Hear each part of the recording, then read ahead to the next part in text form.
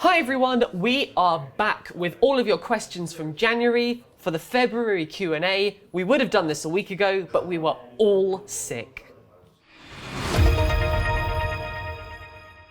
I'm Josie, I'm an analyst at Hutch. I'm Tim, and I'm in charge of analytics and marketing at Hutch. And John is still missing, Yeah. so sorry about that. You'll have to deal with this empty sofa. Hi, so I am actually here. I'm just a little bit out of sync with the other two guys. But yeah, I'll be jumping in with a few thoughts on some of the questions myself. We're going to go over the questions from January.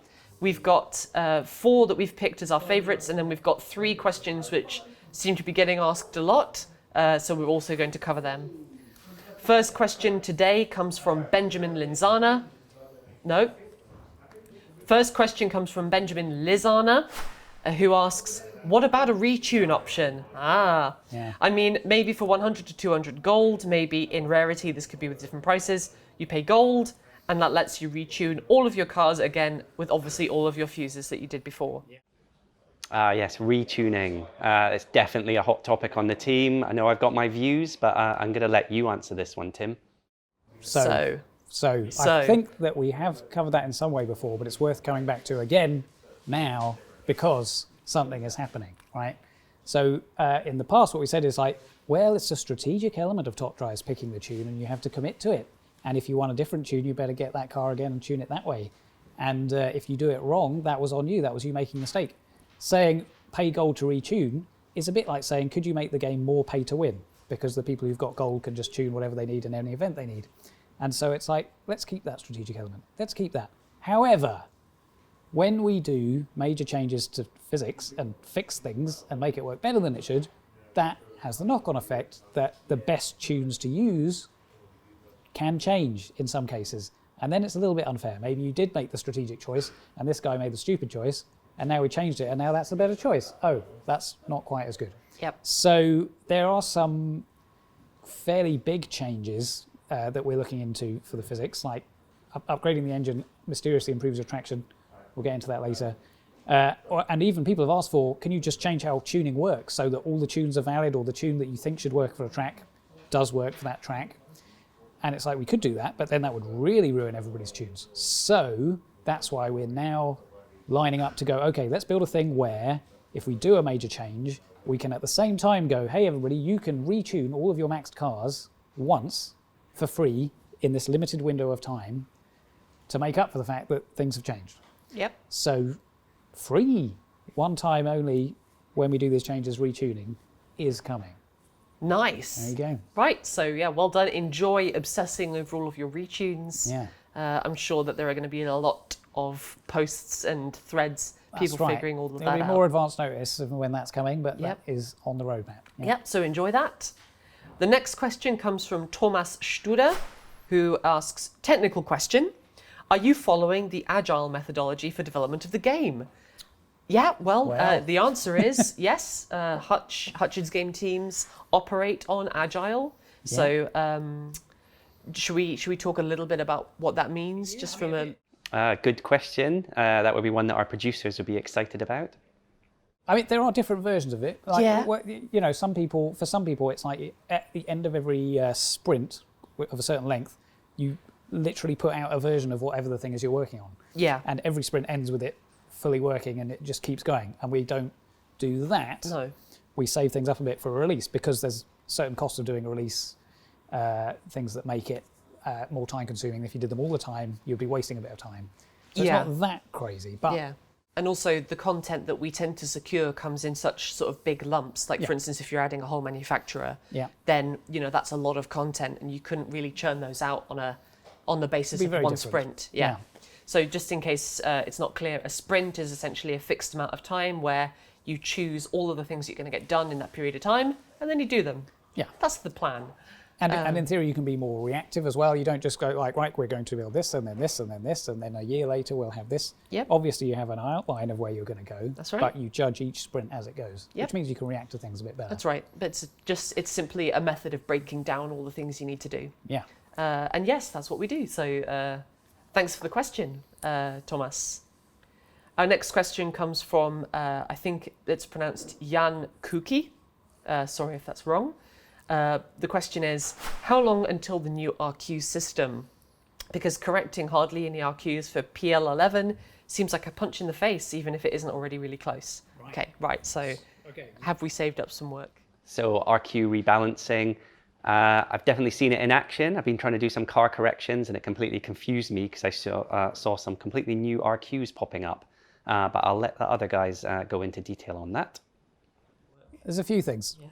So the RQ, what are we calling it? Revolution, RQ Evolution, is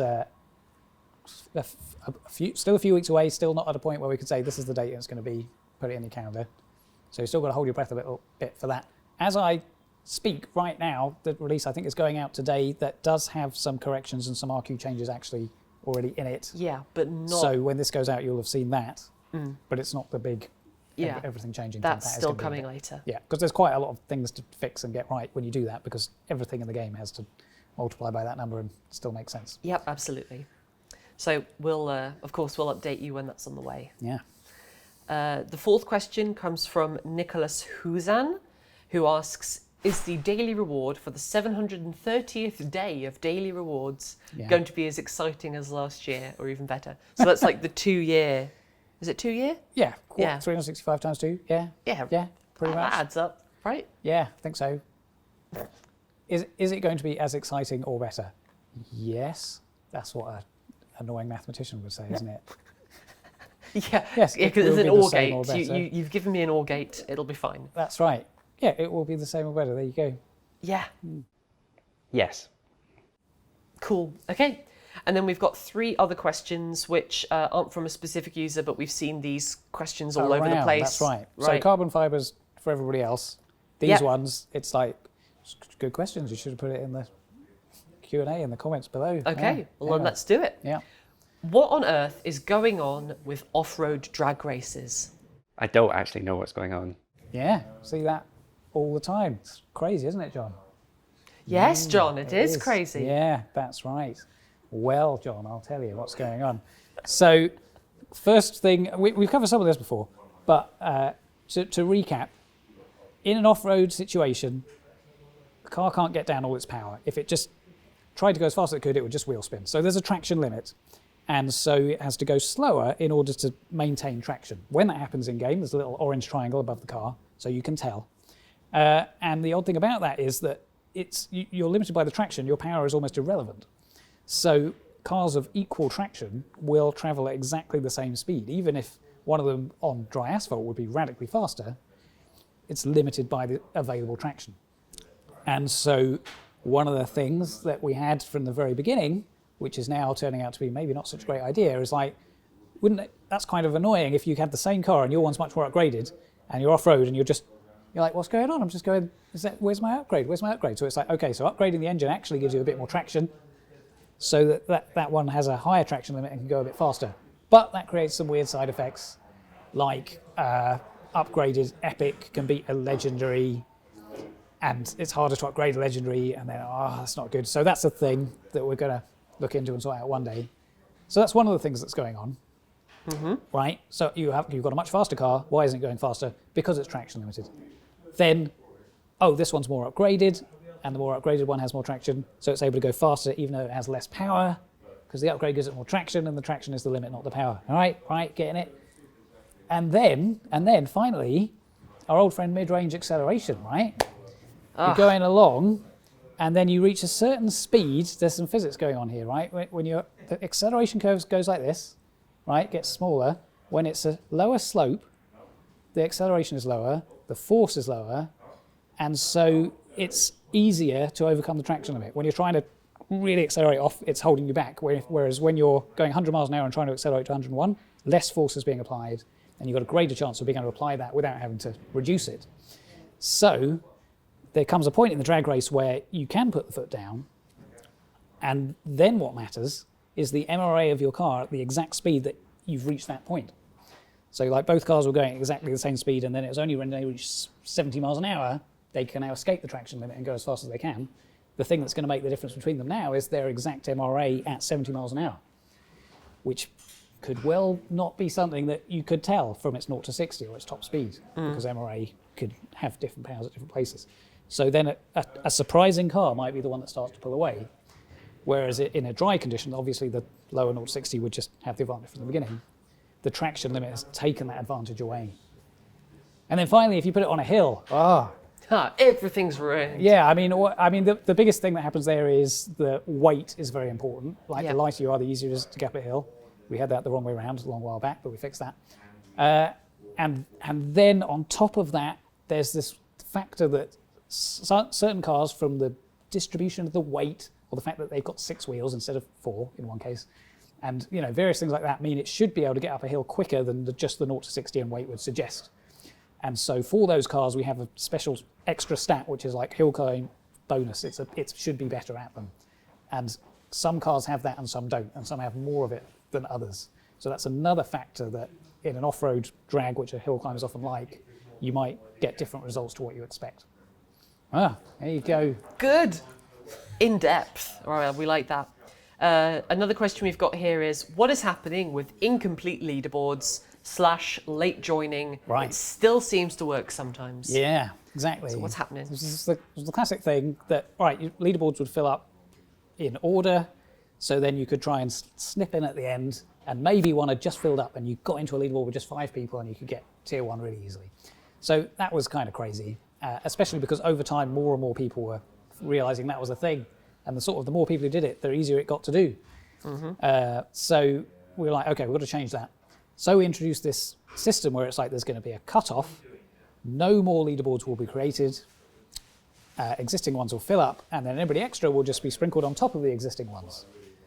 And so it's like, there you go, deal with that. You've got 500 people above you already, and some of them have been racing for 2 or 3 days. So it's like, okay, that looks quite good. Didn't entirely work. We found some edge cases, some bugs with it. We fixed a bunch of bugs. The most recent one, I think, was that if there's a lot of server activity, or if the server wrongly thinks there is a lot of activity, which I think was what was happening, it creates another instance. There's server technology, which I'm just learning about, by working on this game, which is like a new sort of world where new leaderboards get created, regardless of what was going on in these ones. It's like, to scale up, you need this other one to go on over here. So suddenly, despite whatever was going on over here, there's a completely fresh leaderboard created. And then I think there was a thing where it would scale down, and then that instance would get abandoned, and whoever managed to slip into a leaderboard there, nobody else is going to come into it now, until the end, when it's like, oh, no more creative, now we're adding people to what we've got. So that was not being handled correctly. That has been fixed. Now, there's a lot of complicated stuff going on there, and we're looking at it closely going, is it definitely fixed? Is it really fixed?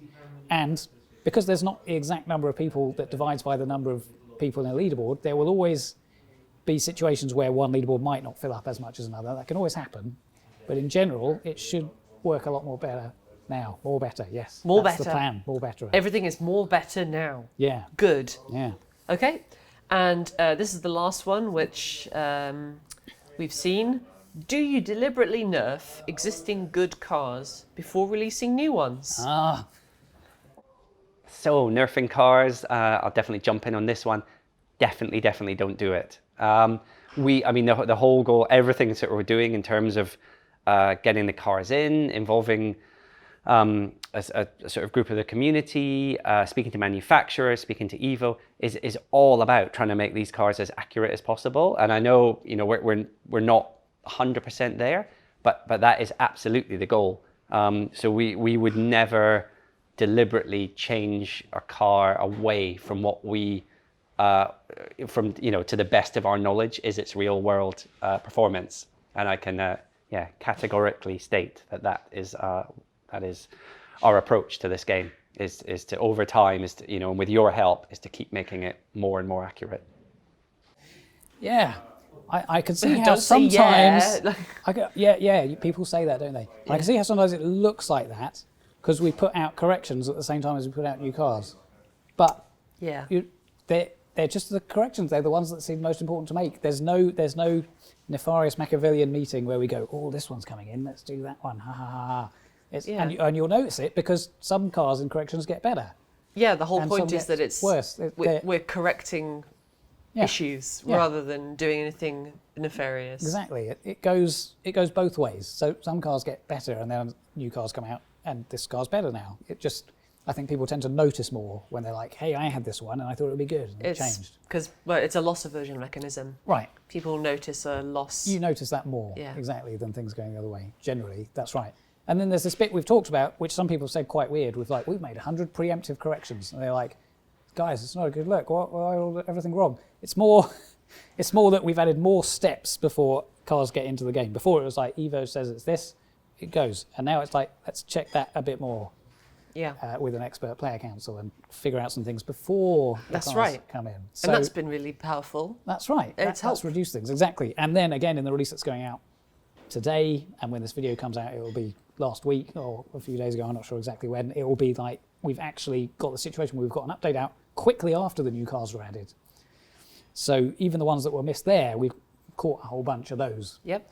So we're getting much more on top of it and trying to get the game as representative of real life as we can. Which is what we would love, isn't it? That's what it's all about. That's our MO. Yeah. Good. Okay, so those are all the questions that we've got for this time around. But you should know the rules by now. Go ahead into the comment section and leave your questions down there. If you see a question someone else has left that you like the look of, make sure to give it a like, because we look at the most liked comments first. We shall see you again for another video, and in around a month's time for the March Q&A. So see you then. Thanks for playing Top Drives. This has been the Top Drive Show. Bye. Bye.